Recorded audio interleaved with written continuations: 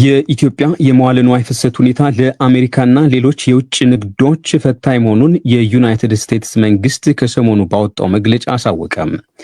የኢትዮጵያ የ2025 የመዋለ ንዋይ ፍሰት ሁኔታ መግለጫ በሚል በ36 ገጽ የተዘረዘረው መግለጫ የዩናይትድ ስቴትስ ውጭ ጉዳይ መስሪያ ቤት ድረገጽ ላይ ሰፍሯል። የአገር ውስጥ ግጭት በተለይም በአማራና በኦሮሚያ ክልሎች እንቅስቃሴን መገደቡን ያም መግለጫው ሞራል በሌላቸው ሲል በጠቀሳቸው የመንግስት ባለስልጣናት አሊያም በታጣቂ ቡድኖች ተደጋጋሚ የንብረት ወረሳ ማስከተሉ ብሎም የኢትዮጵያ መንግስት በጉዳዩ ጣልቃ የመግባት አቅም ውስንነት መኖሩን ዘርዝሯል። መግለጫው በተከታታይ የኮሪደር ልማት ፕሮጀክቶች የውጭ ይዞታዎችን ጨምሮ በ10 ሺዎች የሚቆጠሩ ያላቸው ነዋሪዎችና ንግዶች በትንሽ ወይም ያለምንም ማስጠንቀቂያ ንብረታቸውን ያጡበት መንገድ ንብረት በበቂ ሁኔታ ላለመጠበቁ ማሳያ ነው ሲል ገልጧል። መግለጫው ኢትዮጵያ ከአፍሪቃ ግዙፍ አየር መንገድ ባለቤት መሆኗን በመግለጥ ሆኖም ግልጽ ያልሆኑ ተደጋጋሚ የግብር ትመና ለውጦች ተጽዕኖ መፍጠራቸውን ጠቅሷል። ደካማ መሰረተ ልማትና በቂ ያልሆኑ ስላላቸው የሎጂስቲክስ ስርዓት፣ የብር ምንዛሪ ለውጥ በባንክና በተጓዳኝ ገበያ ፈጠረ ስላለው ክፍተትና የሙስና ጉዳዮችን ጨምሮ ሌሎች ነጥቦችንም ዳሷል። በጉዳዩ ላይ ከኢትዮጵያ መንግስት የተሰጠ ማብራሪያ ስለመኖሩ አልታወቀም።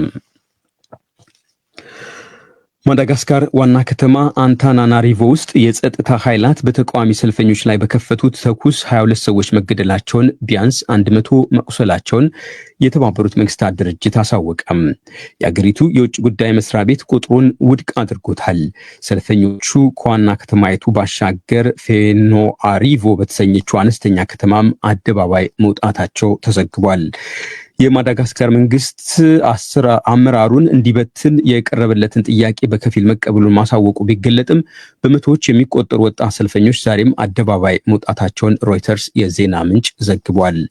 የማዳጋስካር ፕሬዝዳንት አንድሪ ራጆኤሊና ትናንት በቴሌቪዥን መስኮት ብቅ ብለው ለውይይት በር ለመክፈት ፍላጎት እንዳላቸው ገልጠው ነበር። የተቃውሞ ሰልፈኞች ፕሬዝዳንቱና የቀድሞ ጠቅላይ ሚኒስትር ይቅርታ እንዲሉ ጠይቋል። በፈረንሳይ የደቡብ አፍሪካ የቀድሞ አምባሳደር የነበሩት የ58 ዓመቱ ንኮሲናቲ ኤማኑኤል ናቲ ምቴቷ ሆቴል ውስጥ 22ኛ ፎቅ ላይ በያዙት ክፍላቸው ሞተው ተገኙ። ፖሊስ የቀድሞ አምባሳደር ሆቴል ክፍልን በኃይል ሰብሮ ሲገባ አስክሬናቸውን ማግኘቱን የፈረንሳይ ዜና አገልግሎት ኤኤፍፒ ዘግቧል።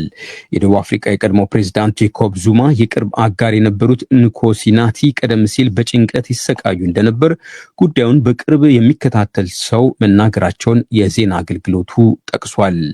ምናልባትም ራስን ከማጥፋት ጋር ሳይገናኝ እንደማይቀር ምንጩ አክሏል።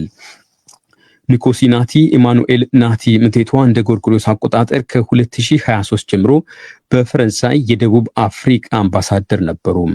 አምባሳደሩ መሰወራቸውን ትናንት ለፖሊስ ያሳወቁት አስጨናቂ መልእክቶችን ከባለቤታቸው ምሽት ላይ ማግኘታቸውን የጠቀሱት ባለቤታቸው ነበሩ። ፕሪቶሪያ የሚገኘው የደቡብ አፍሪካ ውጭ ጉዳይ መስሪያ ቤት ያልተጠበቀ ሞታቸው በፈረንሳይ ባለስልጣናት እየተመረመረ መሆኑን አሳውቋል።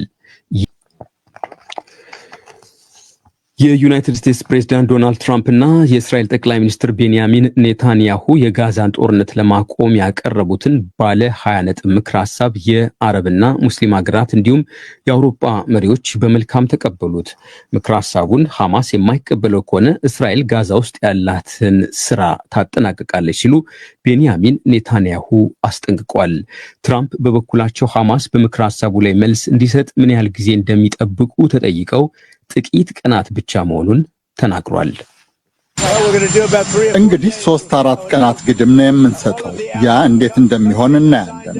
ሁሉም የአረብ ሀገራት አጽድቀውታል። የሙስሊም ሀገራት በአጠቃላይ አጽድቀውታል። እስራኤል በአጠቃላይ አጽድቀውታል። የምንጠብቀው ሐማስን ብቻ ነው።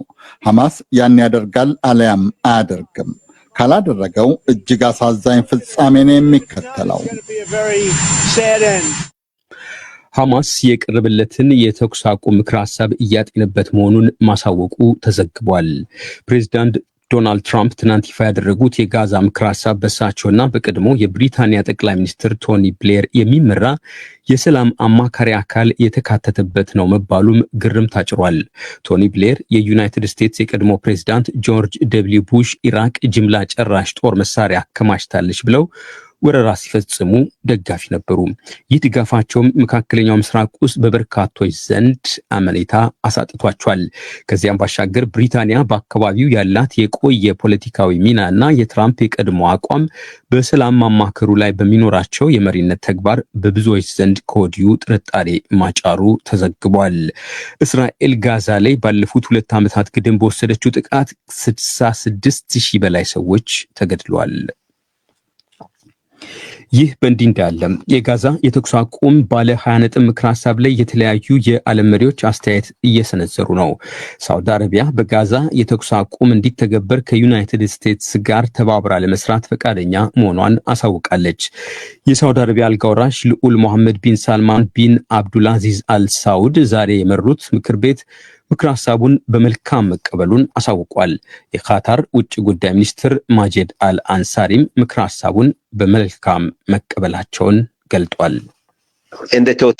በእቅዱ ጥቅል ሀሳብ እቅዱን ሙሉ በሙሉ በመልካም ተቀብለነዋል። ስለዚህ በእቅዱ ዝርዝር ጉዳይ ላይ አስተያየት አልሰጥም። ሆኖም ጅማሮውን ሙሉ በሙሉ በመልካም መቀበላችንን መናገር እሻለሁ። እናም በዩናይትድ ስቴትስ አመራር ይህ እቅድ ጦርነቱን ለማክተም የተሟላ ተምሳሌት ይሆናል ብለን እናምናለን።